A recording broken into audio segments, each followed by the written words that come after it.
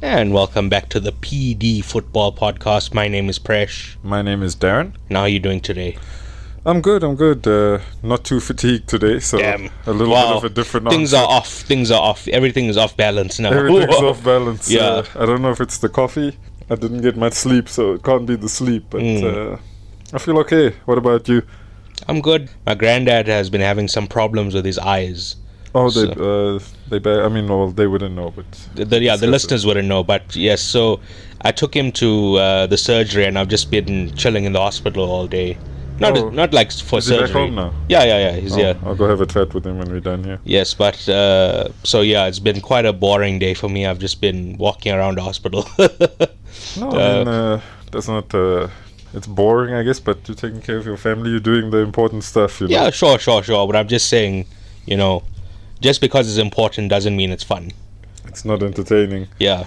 To have a sick granddad, but yeah. Definitely not. We're still on the international break, therefore we're doing another Evergreen episode. That means you can listen to it anytime and it will still be largely how we feel, as opposed to our regular episodes where opinions can change on a week-to-week basis. For this little exercise, the rules we imposed was, when making the list, is that we can only have one player per club.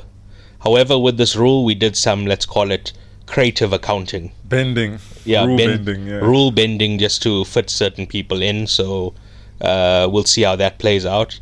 And I think, especially in my list, I haven't heard or seen your list, but there's going to be a bias towards newer players because I believe that the sport has moved on since the 90s.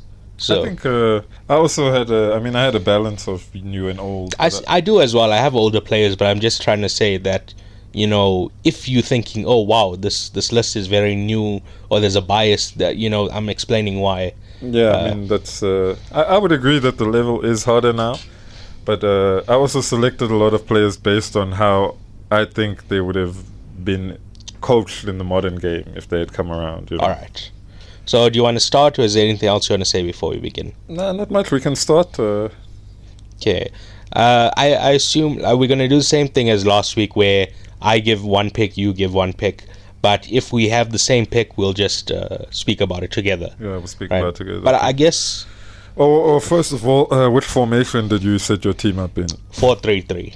Yeah, pretty much the same for me. Just regular back four, a CDM, 2 8s, and a front three. Yeah, pretty much. I went with the 8 and probably 2 8s, but I guess like you can say an 8 and a 10, whatever. Yeah. It's like Pep Guardiola said, formations are just phone numbers. They don't mean much. Don't mean much. Starts. Yeah, like in attack you can be in a certain way, in defense you can be in a certain way. So saying 4-4-2 doesn't really give you any information. It does give information, but anyway, let's just carry on, right? So, do you want to start with goalkeeper? My goalkeeper pick, he played for Fulham and Man United, but I selected him with Fulham because I wanted more Man United picks. I picked Edwin van der Sar. I was torn. Alisson for me is the greatest goalkeeper in Premier League history, but I wanted to use my Liverpool pick elsewhere, So yeah, Edwin van der Sar, I think. You want to give us some basic... I think he was probably I think him and Peter Cech, maybe. I didn't watch much of Peter Schmeichel, but I think from the formative years where I began watching the Premier League, they were the two standout keepers, I guess with Peter Cech, I couldn't really fit him in based on the two clubs he played for, and I wanted other players from those clubs, so... I think Van der Sar, he was probably one of the best. I think in his time, probably very similar to David De Gea later on. I think there was times where his shot stopping could win a game on its own. I think his shot stopping and cross claiming was probably the standout feature in his game, from what I remember. He was a traditional goalkeeper, so I think he had a lot of traits that could have translated to the modern game. If you go back and watch Van der Sar, a lot of his clearances are targeted when he clears out from the back. So I guess if he played in a more modern system, I guess coming from a Dutch school of thought as well, maybe he would have been a bit better at playing out. There's no saying, but I think he had good passing technique and was one of the best goalkeepers of his time, I think. Cool. Similarly, I went with the United keeper, but not Van der Sar. I went with Peter Schmeichel. Yeah. Now, again, so with last week when we were speaking about our underrated, overrated players, I completely ignored players that I've never watched. Yeah. And I have to be honest, I've barely watched Peter Schmeichel. Maybe once or twice when he was very old. But from what I've heard from older fans and from what I've read, he's just simply the most commanding, domineering presence in the area that there's ever been. Did you choose him? Did you use him as your No, sorry. Man City He's pick? my Aston Villa pick. Oh, Aston Villa. Okay. That's why when I call it creative accounting, that's exactly what it is. I'm moving things around in the back. I'm guessing you have no room for Philip Coutinho in your team. Absolutely not. Absolutely. Well, I could fit in the players that he funded in this list, but not him himself. But yeah. So 5 league titles, domineering, commanding presence, like I mentioned. How many league titles did Van der Sar have? Probably around the same, eh? He joined in like 2004-05 for United. Also probably 4-3.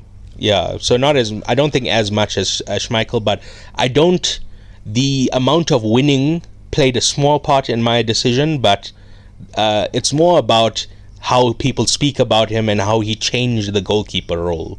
A lot more goalkeepers, they just focused on, just saving and stuff, but he was a leader as well. Yeah, and he took initiative. Yes, and he commanded the back four. The stability he provided to the back four was huge. Again, this is all just what I've heard about him. So from my research, the only person who comes close is Peter Cech. I mean, I would make an argument for Alisson, but he's still playing. That's the issue. But yeah, Schmeichel, just from the way people talk about him, I think he's just the number one goalkeeper of Premier League all time. Yeah, I mean, obviously, I think like you said, titles will come into it, but I think if we're talking about purely a goalkeeper as being the best, I think Alisson is probably like the most commanding figure. Yeah, that's the thing, because time has moved on, and because he can do both very good distribution as well as... yeah, but then that's the thing. I mean, we couldn't have known what Schmeichel or Van der Sar would have been like in this era. Yes, era. That's true. So, yeah, my pick for right back is Kieran Trippier, which is my Newcastle pick. Yeah, I used my Liverpool pick at right back, obviously. All right. I went for Trent, so we've kind of had the same discussion the past couple of weeks, but just very briefly, let's just recount it and then move on, right? Yeah, I mean, I just believe the case I'm making for Trippier is that I would say that the four of his generation is the best four in the history of the league. Okay, we're totally discounting Gary Neville because neither of us rate him that much. So yeah, Walker, Trent, James, Trippier. Those were the four of their generation, and I believe Trippier is the most balanced, and he got into the PFA Team of the Year once. So that's my argument for Trippier. I think Trippier is probably, we discussed it last week, obviously, when you put him in your underrated list. I think he is one of the most...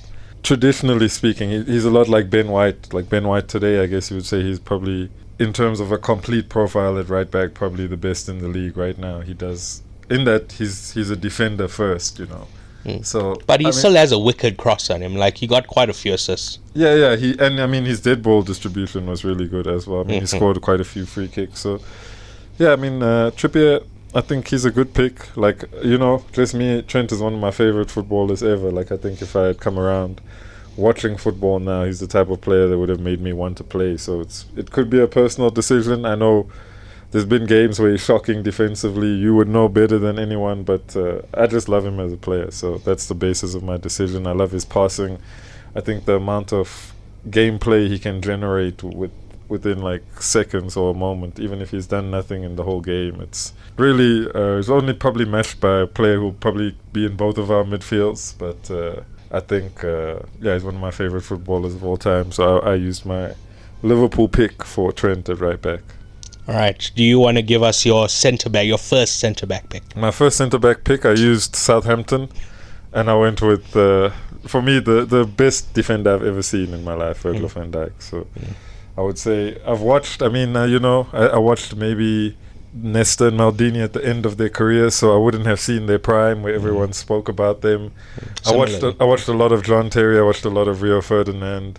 Everyone has their own opinions, even Vidic, but for me, him and Ramos are the best I've seen, and he's just consistent. He's the most complete, and maybe he doesn't have the same big moments as Ramos, like we speak about all the time. Maybe Gabriel has big moments, Still not on the level of Ramos, but I'm saying like he's a player who's probably not as polished defensively, but has big moments. But for me, I don't think there's been a better defender that I've seen with my eyes than Virgil van Dijk. So I did exactly the same as you. Van Dijk, Southampton. Again, possibly the best centre-back in the history of the game, even, not just the Premier League. You know, his trophy cabinet is not as decorated as a lot of his peers, but just in terms of play, overall play, his distribution from a centre-back to just, ping the ball out 70-odd meters to Salah. Salah will get in good areas. His domination aerially in the opponent's box, he has quite a few goals. Yeah, just he's such a leader. And if we talk about impact, when he signed him from Southampton, even though I know I called him a Southampton player, but when we signed him, I thought 75 million, that's ridiculous. We shouldn't be paying that much for a defender. Now it's like a bargain. Yes, in hindsight, it looks like an absolute bargain. I think both him and Alisson, people were questioning the valuation, and I think it turned out to be more than worth it. Yeah, time has proven that the investment was worth it, and that's exactly how I feel about Van Dijk. He took us from like a good top 4 challenging team to a title challenging team, almost single-handedly. Yeah, I mean, I think the season where I think Messi maybe edged him to the Ballon d'Or. People would argue either way. Some people think he deserved it. Some people think Messi deserved it. But that season, I'd never seen a defender carry a team like that, where you could say almost in every game he was the most impactful player in the game. Even in the 2 legs against Barcelona, I'd say him. And like obviously in the second leg, I think the players taking the initiative, using the moments at different times, like everyone came together. But I'd say in that Premier League and Champions League campaign, okay, you guys came close, didn't win the Premier League, but that season he was sensational. I don't think his consistency, he's always been at that level, but I think that season was something I'd never seen from. I didn't know a defender could have that much impact on a football pitch, a central defender especially. And similarly, we spoke about Santi Cazorla last week about injuries hampering his career. Van Dijk had a really bad injury, which he did recover from, but he's not as dominant and like as good as he used to be after post-injury. Yeah, and you'd still say that probably on his day, I mean, maybe this season, you'd say Saliba has edged ahead of him, but you'd say generally, if he's on it, there's still no better defender in the world than him, Absolutely. So for my other centre-back, I went for John Terry. He's my Chelsea pick. He won 5 league titles, 4-time PFA Team of the Year player. I mean, in the Team of the Year, not Player of the Year. That's what I mean. Just captain, leader, legend. Now, he started playing like before I was, watching football regularly. So, there might be people who kind of discount his earlier years or whatever, so I didn't get the full picture of him, but to me he was much better than Ferdinand and Vidic, who were I like Vidic more, but everyone has their arguments, Alright, so who's your other centre-back pick? My other centre-back pick, I was trying to save my big team picks for the midfield and the attack, so I went with a Portsmouth player, but actually he's an Arsenal legend. Plus, he joined us from Tottenham, so I'm going for Sol Campbell. Wow. The Judas himself on the other end of North London. But, again, obviously as an Arsenal fan, you have a personal affinity to him. I think in the season, maybe prior to us being invincibles for 2 or 3 years, a lot of people in that time speak of him as probably one of the top 2 or 3 defenders in the world for that period. So when I watched him, I remember I used to play centre-back because of my height, and a lot of the videos coaches would tell me the study would be based on Sol Campbell. So it's like, I think he was obviously in that day and age, Wenger's team were considered the team that made the most play, generally played out, not to the degree of Pep Guardiola, but they were considered the team that were playing out or holding on to the ball the most. I think he was a part of that. His passing was sensational. I think some of his carrying of the ball was sensational. Again, one of those players who you think, okay, if he came around under Guardiola, what could he have been like? Perhaps the era prevented him from reaching his full potential, because we see, especially athletic centre-backs now, their talent is used a lot more, He's very similar to Gabriel or Saliba, I think. So, yeah, that's my second centre-back pick, Sol Campbell. All right, pretty good. Who is your left-back pick? My left-back pick, I went with Hull City, so I went with Andy Robertson. Nice. Probably, I mean, generally when it comes to Premier League left-backs, the debate is between Ashley Cole and Andy Robertson these days, but I'm not going anywhere near Ashley Cole just because I don't like him. You know, Cashley Cole. So, although, as a neutral, I understood why he made the decision he did, but as an Arsenal fan, I'm not putting him in my team, you know. So I didn't want to waste a pick of Chelsea and Arsenal on Ashley Cole either. So yeah, my pick.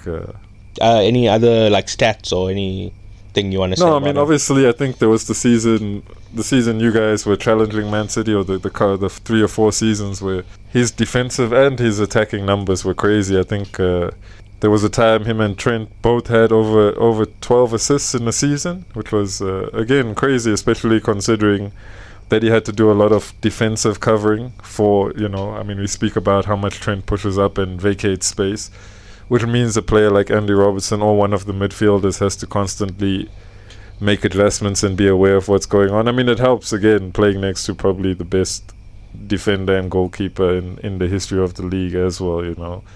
But, yeah, I think Andy Robertson probably, like you said, of Trippier, I think he could be the left-back iteration of Trippier, just a very complete profile in his prime, everything you'd want in a left back, you know.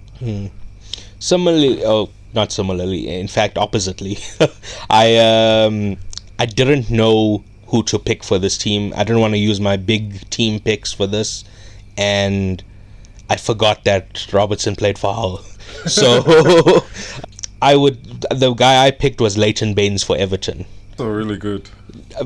I could have mentioned him in my underrated for last week in underrated players, because you don't realize it, but he actually got 53 assists in the Premier League, which is crazy. That's crazy for a left back. Yeah, just a defender in general, that's madness. So he held the record before Trent and Robertson came along for most assists. Yeah, I mean, sometimes you'd watch like Everton play maybe when he was in his prime, and he was like, even from left back, the player that people would watch Everton for. You know, remember when fantasy football was first starting, he was like, everyone was like, get Leighton Baines in your team, because he was on set plays, he was on penalties, and he used to have a wicked cross, you know. So. Yes.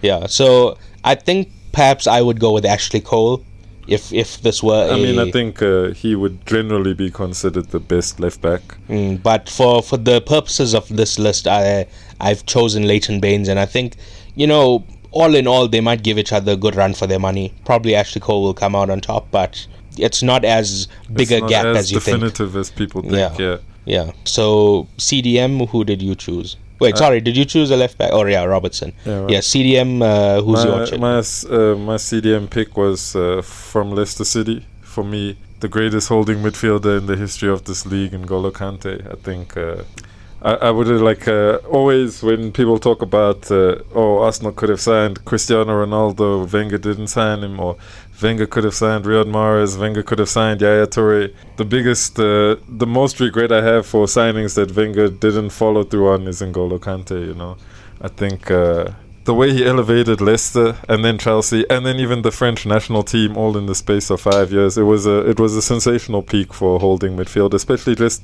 the way that Leicester team popped up. I think he was, a lot of people say Vardy, a lot of people say Mahrez, but I think the careers of all three of them show that he was the vital player in that team. He was the most important player in that team. And when he went to Chelsea the next season, I don't know why Eden Hazard won player of the season, I keep saying, because in that season N'Golo Kante was comfortably the best player in the league. I don't even think there was another player close to him, even from Chelsea. So, you know, I just love him, one of my favorite footballers of all time as well.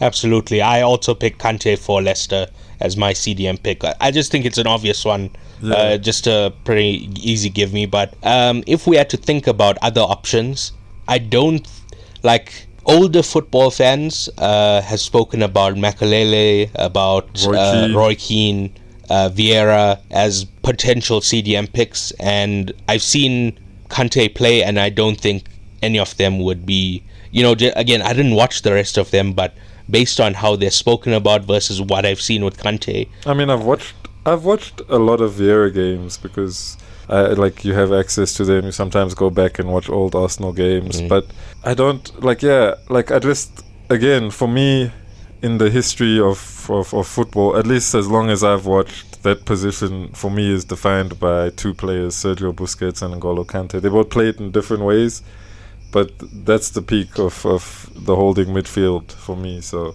I don't think anyone gets close to him as far as the Premier League is concerned. Absolutely. I 100% agree with you. Now, my number 8 was the first name on my team sheet. Simply the best ever player to play in the history of the league. It was an absolute pleasure and privilege to watch him play every week, and that is KDB. Yeah. Just when he didn't retire, he said he was... He's also my number 8 pick, so we can just discuss him. Yeah. When he moved to Napoli, you just saw the tweets coming out that are like, this is what it must have felt like when Genghis Khan died. Because he was a conqueror. He came, he destroyed the league, and then he left. Truly the greatest player to ever play in the league. There's no, I don't know what else there is to say. If you were in this era and you actually watched him play week to week, it was such a pleasure. He did have quite a few injuries that it didn't keep him out for the season. It would keep him out for maybe 10 games. And then when he came back, he would go on a crazy run where, he would score or assist. Yeah, there were times when it was neck and neck in the title race. Then he came in and he's just transformed things. Yeah, and just the quality of some of the assists and goals. It's some of the best goals and assists probably we've seen, not just in the history of the Premier League, but probably the history of the sport. I think I struggle to think of a player who uses their ball striking ability better in the history of the Premier League. Maybe Cristiano Ronaldo in his last season at Manchester United, but other than that, just his usage, his weight of pass, his pass selection, I think his ability to also carry the ball. I think he's good in transition. He's good whether the team is dominating. He's good even if your team is on the back foot, because he's one of the hardest working midfielders also in his prime off the ball. I just think as a coach, as a fan, he's everything you'd want in a footballer or midfielder. I think a bit underappreciated as well, his footballing legacy in general, because I think, again, coming after the era of the 2010s, it was very hard for anyone to follow up. We had Madrid and Barcelona putting together two of the greatest midfields the game has ever seen. So I think KDB being at the back end of that, I don't think he got the respect that maybe he would have got if he had come around in a different era of the Premier League, where there were more normal midfielders around in world football generally speaking, but definitely one of the greatest players of his generation. For me, comfortably the greatest Belgian player of his generation. I know people always talk about Hazard, Lukaku, and the golden generation. Some people even say Moussa Dembele, because I think how well KDB played for Man City, people expected that to translate into something for Belgium, but again, it's like you're cutting the margins thin. So losing to Argentina is not the worst. It's Messi is probably better than anyone we've ever seen. So I think it was hard. It was hard for KDB to make the same difference at Man City that he would have at Belgium. But I don't know why he got the slack for that. I think it's more because of how well he did for Man City. Well, that's some high praise, and I'm gonna go even higher by saying Messi, Ronaldo, KDB. That's my top 3 of this generation. That's your top 3 of this generation. I mean, I would. Okay. That's a big shout, because people love Neymar, they love Hazard, even Salah. Lots of names can be thrown out, but to me, KDB is number 3. He's so good. Yeah, I would put him in the top 5, but I think I like Luis Suarez a lot. Even Suarez, I think he's ahead of Suarez, but to each their own. The last thing I want to say is, just like Messi, there's a lot of times where he got an assist and you think, not just how did he play it, how did he even see it? He doesn't look up and he'll play the ball and Aguero will pop up there and score, and you think he didn't even look up, how did he know? A commentator was saying, I don't think KDB said it himself, but a commentator was saying that he probably has a map in his head that he can he can visualize the pitch without having to look, and he can probably just hit it into space where he assumes people will be, and then it works out. So yeah, it's almost like he's watching the game with the bird's eye view, or watching it on TV. Not that you could even see it on TV, but I'm saying to see the gap. Yeah. on a ground level is crazy. So yeah, KDB, the best player in the history of the league for me. Your number, either 8 or /10. My other number 10, I mean, obviously, I said earlier I put Ashley Cole out the team because I didn't like him. But with this pick, I used to not like him. I mean, he's the player who made me, alongside I mentioned earlier, JJ Okocha, made me fall in love with football. Oh, you didn't mention this episode. In the last episode. Yeah. So, unfortunately, he snaked us in the end. But my number 10 pick is Cesc Fabregas from Chelsea. I used him as my Chelsea pick. I think probably if KDB didn't come along after that, the ability to create chances from nothing was probably never seen before Fabregas in that level in the Premier League. You know, maybe Thierry Henry, but he wasn't really a midfielder, and a lot of his chances that he created came through like dribbling and then, you know, passing the last man, whereas Fabregas was like a range of passing. I guess it was something that was new to the Premier League in the time, to see like a player who could consistently unlock teams with one pass. You know, I think not just that, he could play in all three midfield positions to probably an elite standard. You know, I think that's why Pep Guardiola signed him at Barcelona, because he said he was the ultimate cover for all three positions. If Iniesta, Xavi or Busquets got injured, you put Fabregas in and the level didn't drop off, you know. And again, he's the player who made me fall in love with football, as much as I ended up not liking what he did in the end by joining Chelsea. I can understand it now as an adult. I didn't like it at the time, but I think he was going to Mourinho at the time, probably considered the second best coach in the world. So the team was built kind of around him for the first 2 seasons he was there. So I think all in all for me, I think it's a good number 10 pick for me.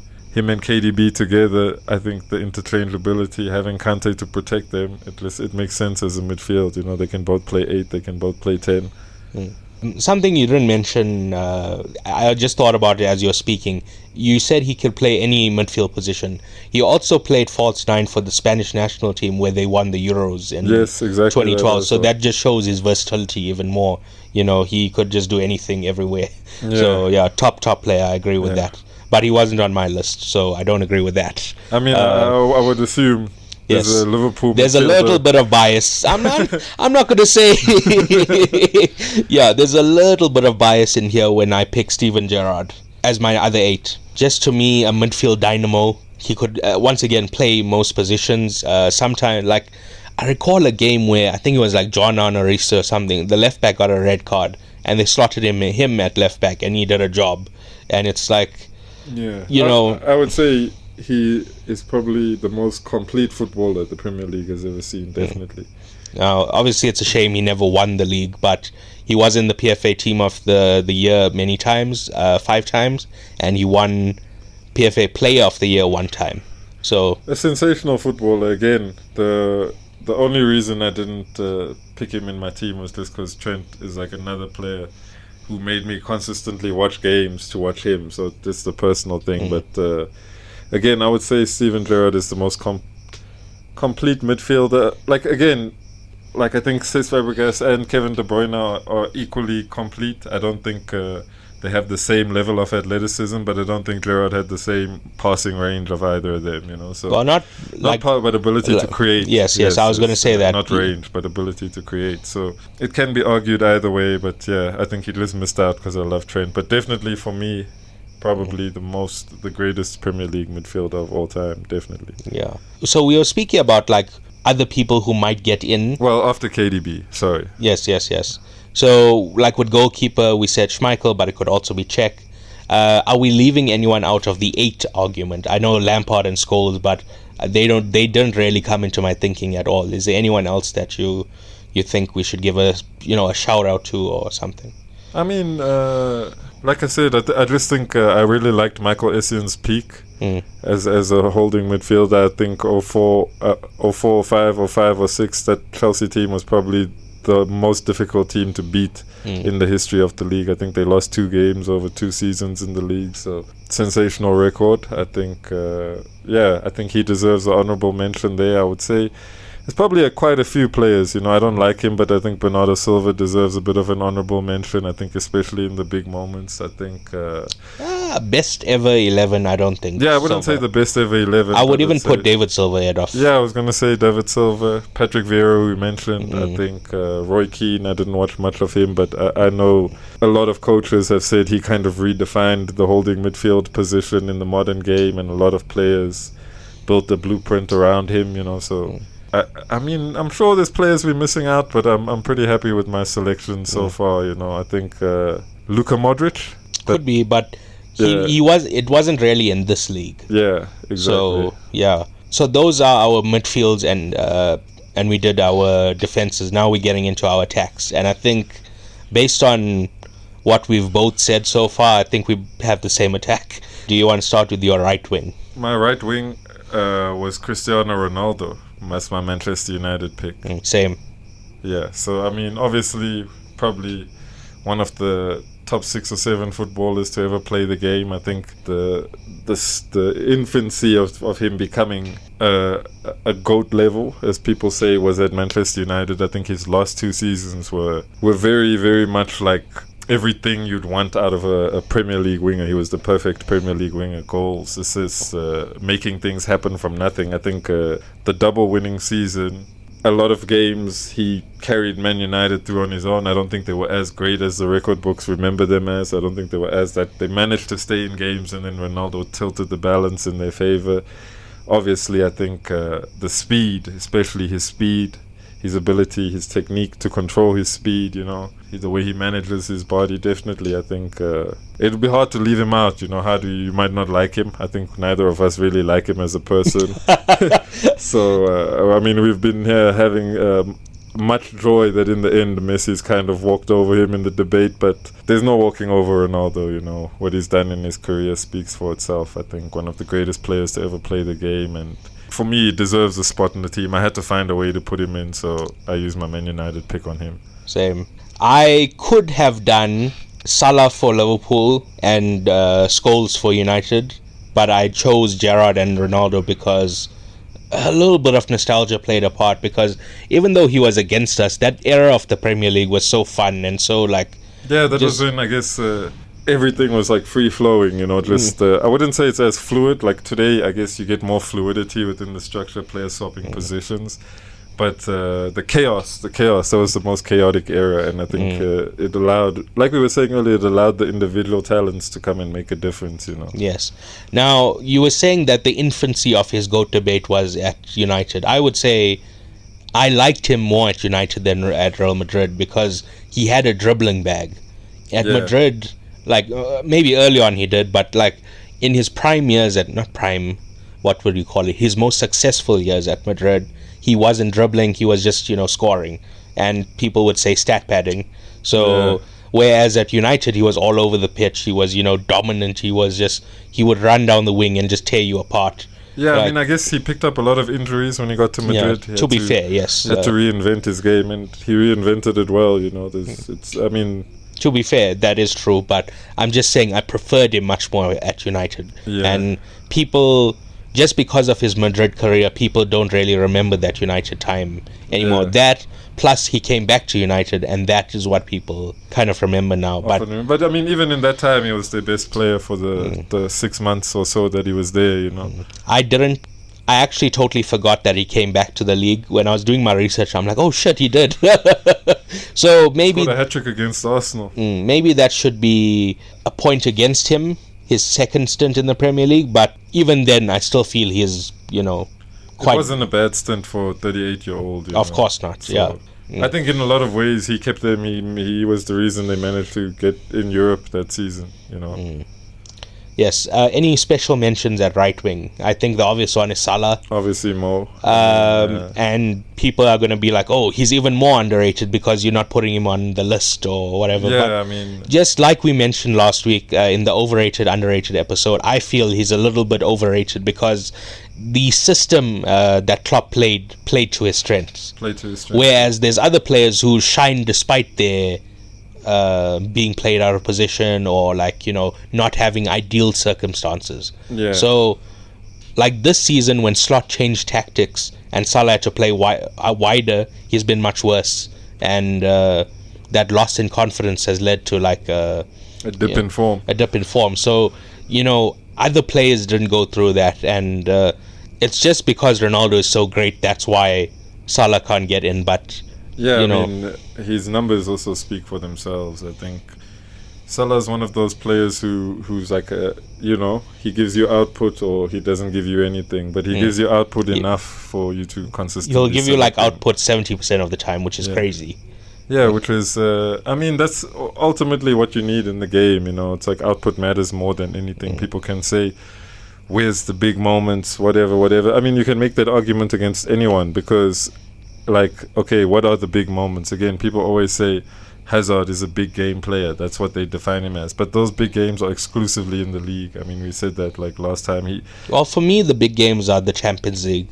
Yeah, that's what I'd say. From the quarters upwards. I'm saying if you're making the argument that he's not a big game player, but people are dividing the line between him and Hazard when they're debating both of them by saying that, Hazard was better in big games, I don't think that's the case because Salah has a better record against all of the top six. All right. We're getting off topic. We are getting to the Salah Hazard debate. Yeah, I mean, that's a bit off topic, but I'm just saying, I think his numbers also speak for themselves. But obviously, Salah, Ronaldo, I'm going with Ronaldo, Okay. For me, my striker, Alan Shearer. I just don't think there was any way we could make this, I couldn't make this list without having Shearer on it. So, I mean, I didn't watch a single Shearer game. Neither did I, but the legacy is there. Yeah. We all aware of the legacy, despite... And, he's my Blackburn pick, I should say, because Trippier was the Newcastle pick. Yeah, Shearer, just the best scorer in the history of the league. Yeah. 260 goals, which is nobody's close to that. Kane was 33 and he had 217. So he would have to play another maybe 3-4 seasons to get what Shearer got. And Shearer played in the old first division, so some of his goals didn't get tallied up. This 260 is only for the Premier League. It was a different era, so it's hard to understand what football is like. My centre forward pick was Thierry Henry because I didn't watch much of Alan Shearer, and obviously I think for me Henry was just a joy to watch, I think he could adapt, he could vacate space, especially I think if you look at the way Guardiola signed him and used him at Barcelona. I know that wasn't in his Arsenal days, but Guardiola used him as kind of a player that could drag the ball, create space for Messi, create space for Pedro, which was, I guess, something that people didn't expect, or even Samuel Eto'o. I guess in the long run he proved that he was the more complete player than Samuel Eto'o by being able to adapt to that system, by being the player that Pep Guardiola needed, I guess, to finish off the puzzle, in winning everything. So I think, like most people, I think generally the neutral opinion is that he's the greatest Premier League player. I mean, we both disagree with that opinion. I think KDB is above him. I think in time KDB will get that slot. It's just that he doesn't have the nostalgia factor yet, But yeah, I think... and I just think striker of a forward role is more shiny or flashier than a midfield or defensive role. Yeah. So it's harder to shine in those roles than a striker who goals are, what gets people out of their seats. Yeah, so, and I think his ability to play as a traditional 9 or false 9, to play on the transition or in possession. He didn't have a lot of big game performances, as people say, but I think if you look at France, he had a number of big game performances. So I think it's more the way Wenger coached him. I think Wenger didn't coach big games well generally. And I think even when he had the Invincibles, which at the time were probably the best team in the world in terms of squad depth, assembled by I think it was Pat Rice at the time. But they gave him the best team in the world. He went undefeated. But I still think in the best moments, someone like Thierry Henry could have been managed better, as he showed at Barcelona when he went. And I think at Barcelona he mostly performed in the big games, the Clásico. He played well against Atletico, he played well in the semi-finals and scored in the final as well, So I think he showed at Barcelona he can produce and score in the big moments. I just think Wenger doesn't manage the big moments well, so that will always be a blot on his record, his semi-finals and final goals for Arsenal. But I think if you look through any of the great players Arsenal have had, that'll always be a blot on their record under Wenger, because I don't think Wenger managed the biggest Champions League games well. Okay. So I've done something a little bit differently. We'll get back to your left wing pick just now, right? My left wing was Henry. Yeah, my left wing pick was Gareth Bale for Tottenham. Yes. So we'll get to that just now. When I was doing the underrated, overrated, checking stats and doing some research, the list of people who have scored 100 goals, when we look at their ratio, Henry has the best goal to game ratio of every player. So it could be argued that he's better than KDB because, best goal to game ratio. Again, it's just, like you said, what would Henry have been like under Guardiola for his prime years? That's or Klopp. That's the big question you'd have to consider. Because I was really considering Roberto Firmino maybe as my other pick, as my centre forward pick, because I really like his ability to open up space for the wingers. Because I wanted my wingers to be my match winners, That's why I went with Gareth Bale and Cristiano Ronaldo, because I think they showed at Real Madrid they just need one or two moments and they can win the game on their own, Yes, but I feel like you're taking their time in other places. But I think Gareth Bale won Premier League Player of the Year twice. No, absolutely. But I'm saying that was 1 year. He won it back-to-back. Oh, what? PFA Player of the Year? Yeah, He won it in 2010, 2011 and 2011, 2012. I don't think so. But my point being, his best years were at Madrid. Similarly, Ronaldo, even though his best years were at Madrid, he had like a 3 to 4 year stint where he was one of the best in the world. Bale, I just don't think he had that in the league. I think his last 2 or 3 seasons at Tottenham was sensational. The fact that he went for a world record fee should tell you that he was sensational at Spurs. I just don't think the longevity argument works for Bale. Especially because I have Henry as my left wing. Yeah, I don't think as a Premier League legacy it could compare to Henry, but I think in a team where it's like who you saying is the best left wing. Okay, you played Henry at left wing. So yes, and I was also considering Heung-min Son. I would consider Son over Bale as a Spurs pick. But I think if we're talking, maybe if we're talking on legacy, perhaps. But I don't think Son's peak was at the same. I think Bale played in a rubbish Tottenham team. But we're talking about Premier League 11, not. Yeah, no, I'm saying, but his time to win the PFA Player of the Year of playing for a team that's not even at Europa League level, I think he carried them to the Champions League quarterfinals almost by himself. I think it's still regarded as one of the best individual campaigns from a Premier League player. Sure. But that's me not picking Bale is the same reason I wouldn't pick Luis Suarez, even though he had a phenomenal peak. Yeah, he scored the most goals in the league until Salah came along in one season. But Suarez could be a... Yeah, he could be a pick. But I just don't think his longevity is there in the same way I'm telling you about Bale. Yeah. No, I could agree with that. I just think that peak of Bale, for me, I based it off of... That was the best left winger I'd seen in the Premier League, for me personally. All right. Obviously, I've said he's overrated, but we should give an honourable mention to Eden Hazard. I think he's in the top 2 or 3 left wingers of Premier League history for me, but I'd just say, if you compare him to Bale or Mane, I think he falls short. Mane would have been my other honourable mention, but I used my Liverpool pick elsewhere, Okay, let's just go through it and give honourable mentions for each position. So, for goalkeeper, I said Peter Cech. What did you say? Alisson. Okay. For right back? Zabaleta. I think Pablo Zabaleta, obviously... He wasn't I think right back is like a struggle position for the Premier League. I'd say that that's why I said all the best ones were very new. I think Reece James. Yeah, I was gonna mention Reece James as a couple titles. Definitely, I think the problem with him is he's a hospital patient. Even if we can all see his quality. It's just if he could have more consistency with that, he would be up there as one of the best players in the world. Based off of talent, he's probably the best right back the Premier League seen. But again, how long can he...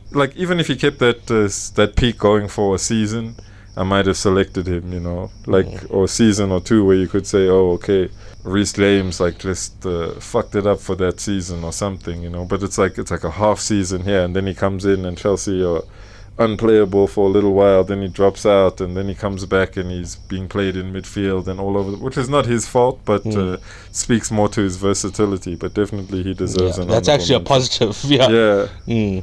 So yeah, I mean, I really think Reece James, in time, if Chelsea manage their club correctly, could probably be the long-term pick for the best right back in this league, you know. Centre back, I think it's Ferdinand and Vidic are the two. Ferdinand, Vidic, you know, who else? I think Ricardo Carvalho had a top peak as well. I think, who else could we say? John Stones. I think John Stones a good mention. I think Ruben Diaz had a good peak for 2 years. I'd put Stones way over him. Yeah, no, put him above him, but I'd say he still deserves an honourable mention, like in terms of, I think he had a good peak in their treble season, the season before as well. Another argument about longevity, because he has been poor for like maybe 2-3 seasons now. Yeah, and I guess we're now seeing how bad he is, so that's like right in our minds. Okay, this is what Ruben Diaz is. You know? But I do remember when he came in, it was like him and Stones, it was like a fortress. It was. I mean, if it wasn't for Van Dijk, it also would have been like, I think we would have noticed that we would have appreciated their defending more, you know. A left back, any honourable mentions? Patrice Evra, I think, definitely deserves an honourable mention. Well, we said, Ashley Cole is the obvious pick, but Evra is the dark horse, you would say. Yeah, I think consistency, like 11, 12 years playing consistently. Oh, not dark horse, he would be like the second pick. Yeah, 11, 12 years, then he went to Juventus, still played well there, so yeah, I think Patrice Evra. CDM, we did mention Makalele, Keane, Vieira, any other? Rodri, I think Rodri. Yes, Rodri right now, it could be. Yeah, Fabinho. Again, another longevity argument. Yeah, but I still think, but Rodri also, he's had like 2 sensational seasons, but I'm just presuming he's going to have... he's going to continue. He's going to continue, Yeah, I mean, but I think, again, it's just the quality of opposition. In a different era, Fabinho could have been behind 3 or 4 titles, you know. Not that that's an excuse, but I think at times he was a one-man midfield, as you had to say. It's like playing alongside Henderson is not the best, you know. So, yeah, I think at times he had to carry that midfield by himself. I think when you guys beat Man City in the Champions League 3-0, the midfield was him, Henderson, and Oxlade-Chamberlain, so he probably had to do a lot of work in possession to cover for them, you know. Well, I slander Henderson a lot, but the thing I can't fault him is his work rate. Yeah. And the same thing with Oxlade-Chamberlain. That midfield used to run all over the place. I think they used to do defensive work. Fabinho had to do I think he had to do a lot in terms of the technical security on the ball. Sure, he was the most... so I think he deserves an honourable mention. And maybe Gilberto Silva as well. Just, I think... People say the invincible season. I didn't watch every game. I was like 7 or 8, so I wouldn't remember it too clearly. But people say he was sensational in that season. So, for the 8/10s, so Lampard is obviously one. I think people are going to think we've been too dismissive of Lampard, but it's not to be rude to Lampard. It's just to say KDB and Gerrard in my mind, and KDB and Cesc in your mind are just ahead of. Ahead of him, yeah. So there's no disrespect. It's just how the lists went out. I mean, obviously, we said David Silva. Yes, he's another absolute quality player. Deserves to be, in the honourable mentions. Anyone else? I think we have to look at the Chelsea teams as well, because they've had some great players. I think Ballack. I don't know about. I don't remember Ballack even playing. I think Ballack, I'm just using that as like I said, Shearer. Based off reputation, I know. I think Ballack's legacy came more at Bayern Munich and then in the national team, So not even Bayern Munich, Bayer Leverkusen. And in the national team, sorry. So I think that's... I mean, I didn't watch much of Ballack. I know he's considered one of the most underrated players of his generation. So, so similarly, I didn't watch him. I'm just based on reputation. Any other 8s? There's probably a lot of 8s, 8s. Obviously, we said Luka Modric. I think his last season at Tottenham was very good. Obviously, that's what made Madrid sign him. Paul Scholes. Paul Scholes, yeah, I think. Incredible pass off the ball. Xabi Alonso, I think. Not in terms of, obviously his career overall, but I think... best ever, I don't think. I wouldn't say best ever, but I'd say, he's one of the greatest midfielders of his generation, and he played in the Premier League, so... But... who else? I would say, we mentioned Patrick Vieira. I think There's not anyone else I could really think of, you know. None of the Danny top players. Drinkwater. That name did pop in my head just because I was thinking about Kante, and then that name immediately went out of the head. Yeah.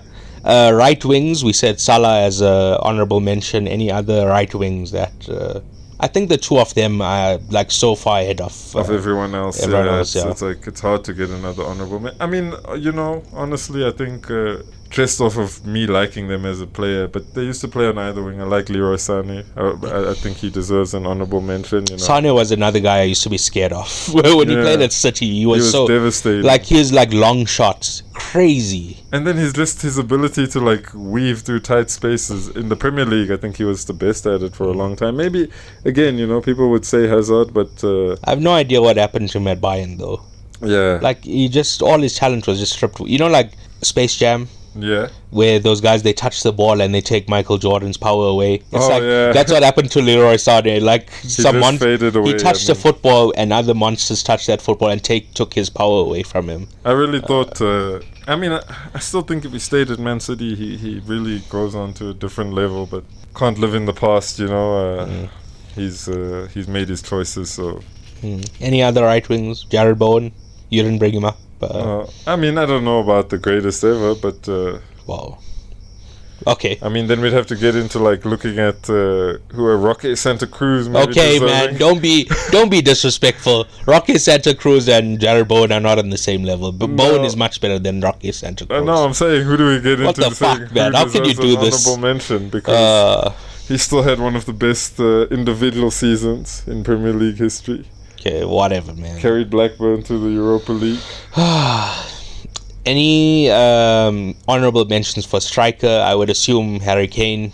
Harry Kane, I mean, I think I was trying to find a way to get Dennis Bergkamp in my team, but I couldn't, it came down to Bergkamp or Henry, so I think Henry was the better footballer, even if Bergkamp was someone I had more affinity for, but I think as a false 9 or number 10, maybe he deserves an honourable mention. I'd say Firmino. We mentioned Firmino as probably. He's a false 9, so he doesn't really fit in this conversation. You know, I would maybe pair him and say play him as a 10. I mean, I'm just for the purpose of this list where he would make more sense to compare him to. Because if you're comparing him as a striker to say a Shearer or a Kane, he's obviously going to come out worse because. He's not. He doesn't have the goals to. It's not to compete. Obviously, it wouldn't all be about the goals. Yes, if you are like a person who actually watches football, you can see his quality. But you know, stat-wise, he's not going to come out great in this argument. And then, I mean, obviously, it seems like Haaland is on track to break the goal-scoring records, so he deserves somewhat of honourable mention, even if he has his flaws. You know, we've spoken about his flaws a lot, but. I agree with you. He is a phenomenal player, a phenomenal striker off the ball. And then, I think Ruud van Nistelrooy deserves an honourable mention. We didn't bring him up. Wayne Rooney. Yes, Wayne Rooney. Who was in a lot of my thoughts. It's just Ronaldo is just, you know, he's Ronaldo. In 2007-8, nobody was like, oh, I love Wayne Rooney. Everyone was, you know, about Ronaldo. Yeah, exactly. So it's ahistorical to go back and be like, oh no, Rooney was the actual. I guess you could look at his entire career and say he has a bigger Premier League legacy than Ronaldo. Yeah, but as a player, I would choose Ronaldo over Rooney 9 times out of 10. Yeah, I mean, obviously, then also if you're talking about importance of goals and importance of their contribution to the team, we mentioned Chris Wood. I wouldn't say he's one of the greatest, but contextually he's had one of the greatest impacts. You know, he's kept a lot of teams in the league, so I think he deserves an honourable mention for like the lesser teams, you know, same as maybe I mean, there's been quite someone like Danny Ings, you know, he's got a lot of goals for the lesser team, so I wouldn't say they're the greatest, but their consistency deserves Darren Bent, Jermaine Defoe, you know, they deserve somewhat of an honourable mention just for their consistency in I guess, goal returns. So left wing, again, I said Henry, you said Bale. I think the obvious honourable mention is Heung-min Son. I was really considering taking Ronaldo out, putting Henry on the right wing, and putting Son on the left wing. But now that I'm looking at it, I don't actually have a Spurs player on my list, which is Strange. Yeah. Yes, because that Spurs slot, I was really thinking, ooh, this is valuable, I should use it. And in the end, You didn't use I didn't use it. I was thinking about playing 4-4-2 and putting Kane in as the other Spurs striker. pick, yeah. Yeah. But, yeah. Sadio Mane, Eden Hazard, any other mentions? Because we already spoke about them. I mean, we'd obviously have to probably go back in time to see how the Man United front three functioned in the season they won the double. But I think Berbatov or Rooney also played on the left wing interchangeably. So that season they were all three really good, So it's hard to see maybe one of them deserves an honourable mention. I think I can't really think of anyone else. I think someone who probably just had maybe an array of big moments, but they weren't really the most consistent player, but they won a lot of titles, was Nani. So maybe not best, definitely not best ever. Just honourable mention, Raheem Sterling. Yeah, right. At Liverpool, I wasn't impressed by him. I just thought Luis Suarez and Daniel Sturridge were putting things on a plate for him. That's why he was getting some good stats. Yeah. People don't remember this now, but he snaked us to go to City for a big payday. That did work out very well for him because, I was saying about, who did I say that, I said Salah. Yeah. I said the conditions were right for Salah because the tactics and the formation all were suited towards him. I think Raheem Sterling is a very similar position. When he was at City, his best traits were played towards. Guardiola, I don't know the system highlighted his yes pros. There was a season where he did nearly 20 goals and nearly 10 assists or something. He did a very good. He was competing with Salah stats wise for one season, so good honorable mention. I think he deserves it. Definite honorable mention. So I'm sure there's a couple players we're forgetting, but nothing intentional, Yeah. Well, in that case, thank you for listening.